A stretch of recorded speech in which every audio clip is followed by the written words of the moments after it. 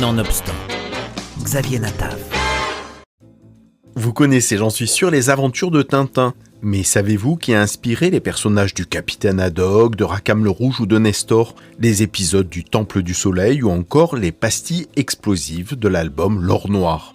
Eh bien, toutes ces révélations, et bien plus encore, se trouvent dans un livre ultra documenté sorti récemment de Bob Garcia, Hergé, Les Ultimes Secrets aux éditions Le Rocher.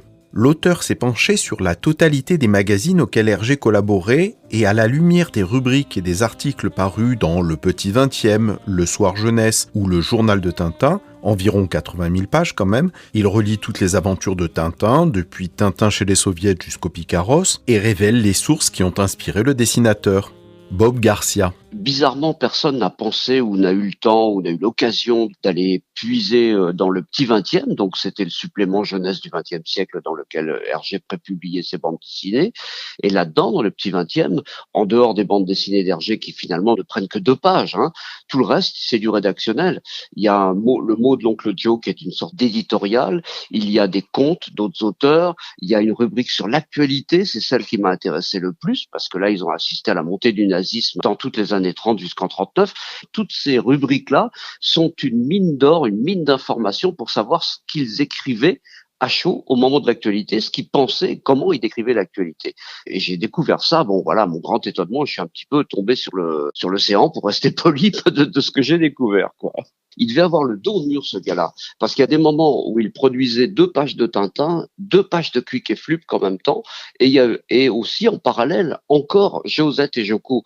Alors donc il devait être complètement le dos au mur à absolument devoir trouver des gags, trouver des idées, alimenter ses récits, etc. Donc il piochait dans ce qu'il avait le plus proche de lui, c'est-à-dire effectivement le Petit 20e. Et comme ça, il a fait des emprunts à des faits d'actualité, à des morceaux de récits de ses collègues, etc. Et il a remis tout ça dans son œuvre, de façon tout à fait géniale, faut bien le reconnaître. Mais enfin, il a quand même, il a puisé énormément dans cette base de données qu'il avait sous le coude, je dirais. Outre une relecture passionnante des albums, ses recherches dans les archives permettent à Bob Garcia d'en savoir plus sur les opinions d'Hergé sur de nombreux sujets comme la guerre, le racisme, l'antisémitisme, la religion, les femmes, etc.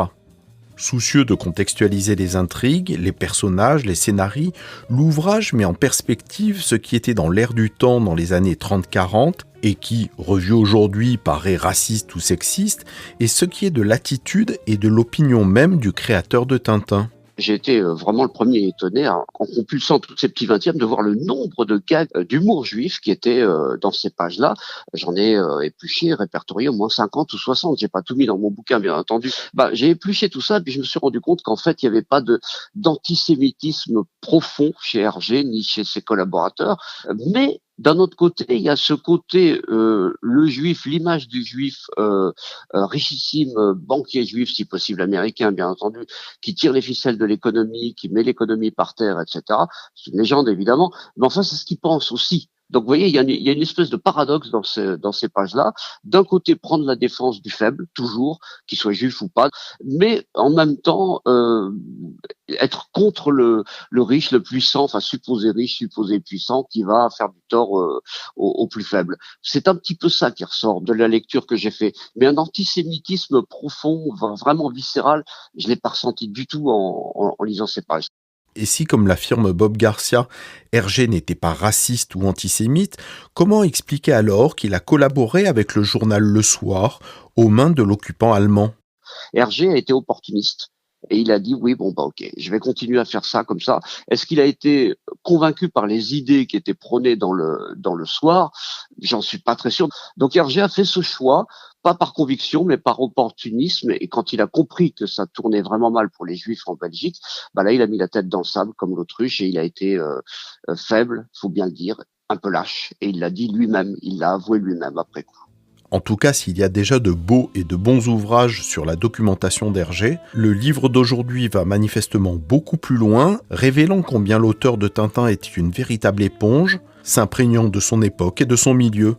Un livre passionnant qui permettra à chaque lecteur de se faire sa propre opinion sur les critiques qui existent encore sur l'œuvre d'Hergé.